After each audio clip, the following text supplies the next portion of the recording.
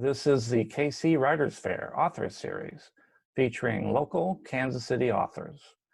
I'm your host, W.H. Mitchell, author of the Arcs of Andromeda and the Dragons of Andromeda. Today we're speaking with Greg Gildersleeve. Greg is the author of The Power Club and The Secret Club, part of the superhero series, The Power Club. Hi, Greg. Thank you for joining us in the Authors Series. How are you? I'm great. How are you? Very good. You have a book series, a superhero book series called The Power Club. The Namesake is the first novel in that series about a school of young superheroes. What can you tell us about the main character, Damon? Okay. Damon started his life as a very normal boy up to the age of 6.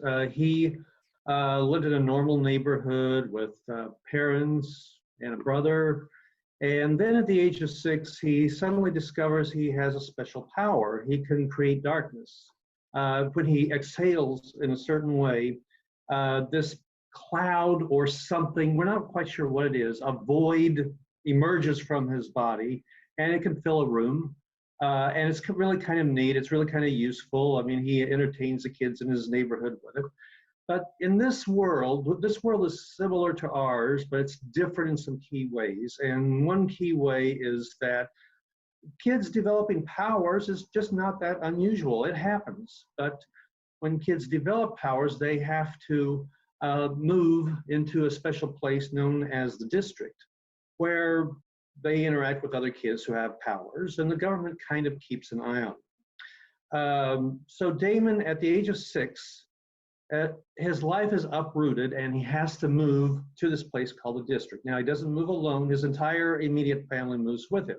So when this happens, of course, there's, people have to change jobs. They have to move out of their houses. They lose their old friends. So you can imagine there's a lot of tension that is created in this situation. And living in the district, it's pretty much, it's a benign prison in a way, because there's there are schools, there's a mall, there's parks, there's all these wonderful things in neighborhoods and stuff, but you can't really go anywhere. You can't leave the district without special permission. And if you have powers, you can't use them because, obviously the government doesn't want you blowing up somebody's house by mistake. Not by mistake, anyway. Not by mistake, yes, good point. When kids reach adolescence, they are allowed to form special clubs where they're able to work together with other powered kids and kind of figure out, what they can do. And exactly why the government allows them to do this, we're not sure. Maybe the government is training them to do something down the road. We don't know yet. But for Damon, once he turns 13, he has a chance to actually join a club. He could actually join a little bit before that, but at 13, he gets his first real opportunity. And this is important to him because a year and a half before this, his bike was stolen from some kids who had powers. These kids belonged to a special club. He didn't. So when he tried to use his dark space to fight back, he got arrested. They did not. So belonging to a club, being able to have more freedom and being able to develop his power and to make friends among other powered kids is extremely important to him. And so that's basically the thing that really kicks the story in motion. It's about him wanting to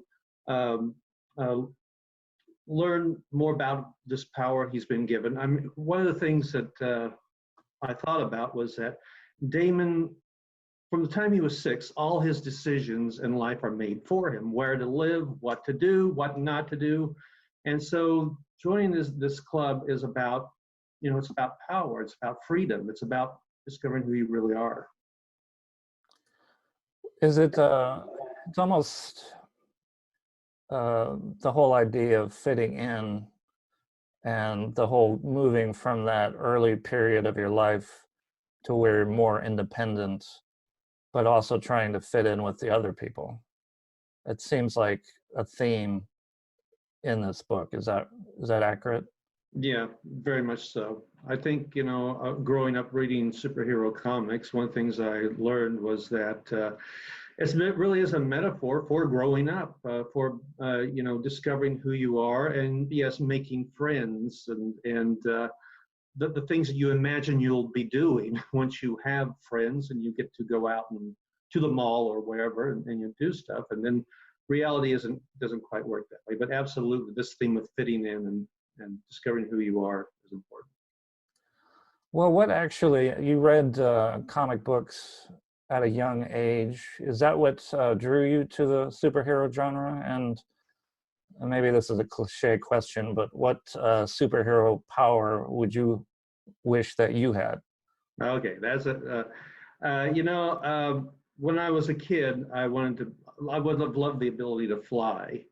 But then you realize that when you're flying, people would be looking up to you, and you'd be a target, and you'd no matter what power you have. And I always loved the ability. I'm a huge fan of the Legion of Superheroes, from DC. One of my favorite characters was Lightning Lad. He could shoot lightning bolts from his fingertips. Oh, wouldn't that be so cool? Well, it would be, but what's the real use for that unless you're actually in a war or something, and shooting it, setting things on fire would not be cool. So your other question was what drew me to write about this. Yes, at the age of 9, I started reading comic books, and they became an obsession for me. I mean, the whole idea of having a power that makes you better, well, better probably isn't the best word, but that makes you someone special, gives you an advantage, particularly in life when you have to go to school and face bullies and other things. Wouldn't it be just cool to kind of have that power? And I grew up thinking I would do one of two things in life. I was either going to write comic books for a living, or I was going to join a rock band. Well, neither of those things happened. I ended up taking several U-turns and doing, a lot of other things. But along the way, I did decide I wanted to be a writer. And I studied many different modes of writing and many different genres. And but I keep coming back to superheroes, to this idea of kids with powers, because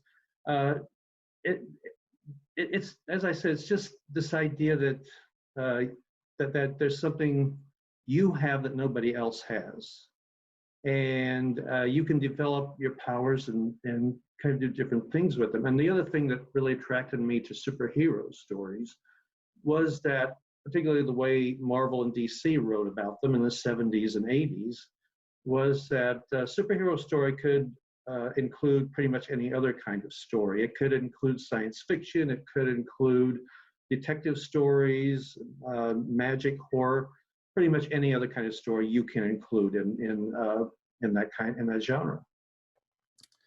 Well, your second book along that line is called The Secret Club. And in that book, Damon starts the 8th grade. How are things different for him at the start of the second book compared to the first book? Well, a lot has changed. More and more kids keep being discovered to have powers, so the district has had to expand, and that means that there's been a lot of reshuffling going around. When Damon entered the 8th grade, he expected to be at the old school, the schools he's at in the first, which the 8th grade is the highest grade in that school. That means he's on the top of the food chain, if you will.